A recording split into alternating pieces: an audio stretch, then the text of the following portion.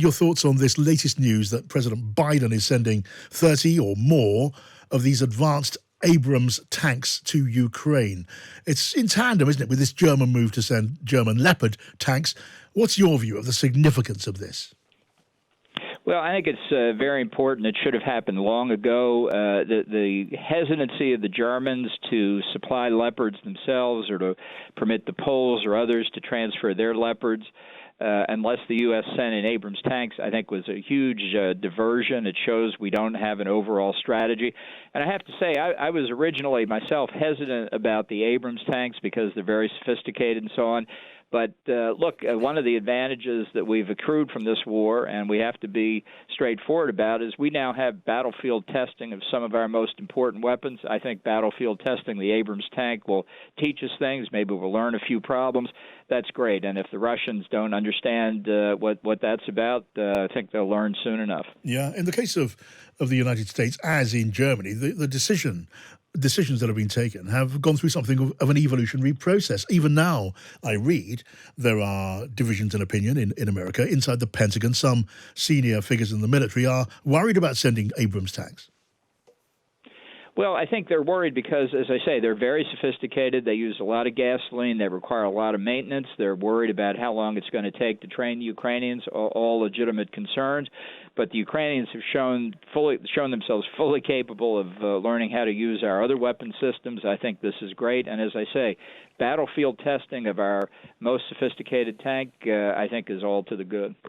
Now, what about the worry, which has been in the background from the start, the worry about provoking an extreme reaction from Russia, a major escalation? What are you thinking about that today, given the situation on the ground? Because we are still, of course, dealing, in the case of Russia, with a very volatile enemy. Yeah, well, I guess the response really is escalate with what?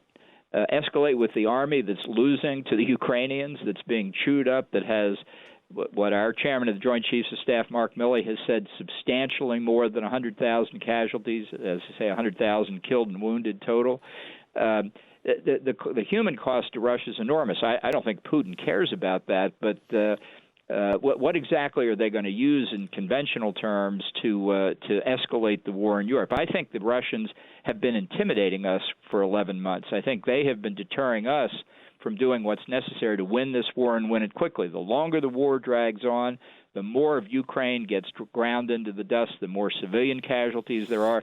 And to say we worry about an extreme reaction from Russia, they're the people who invaded Ukraine. Yeah. I mean, how about that for an extreme reaction? Is it possible, John, do you think, for Ukraine to win this war, and maybe to do so quickly, maybe in the space of this year, not merely contain Russia and stand ground, but to win the war?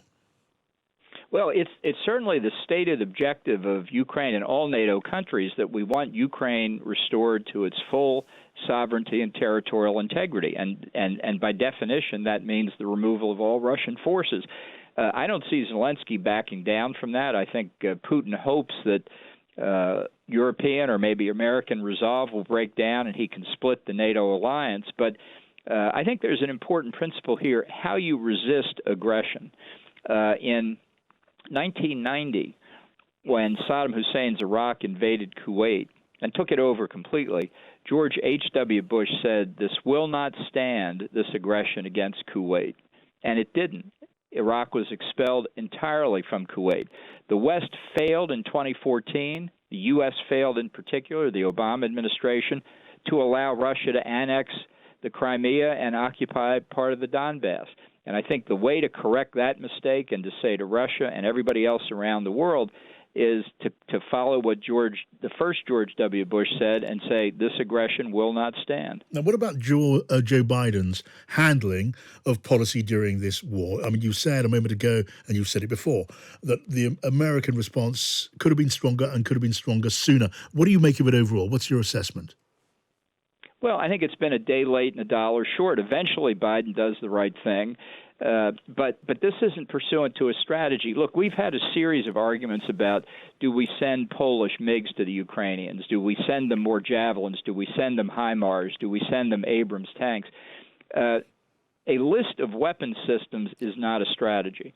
Now, I'm not saying we need to say publicly exactly what it is and tell the Russians, but it would certainly be better in building and maintaining public support, I think, across the NATO alliance to explain what our objectives are and how we intend to get there. You know, again, to come back to the Iraq-Kuwait example, Colin Powell started off his briefing at the beginning of our offensive in that war by saying, here's what we're going to do. We're going to, with the Iraqi army in Kuwait, first we're going to cut it off, then we're going to kill it.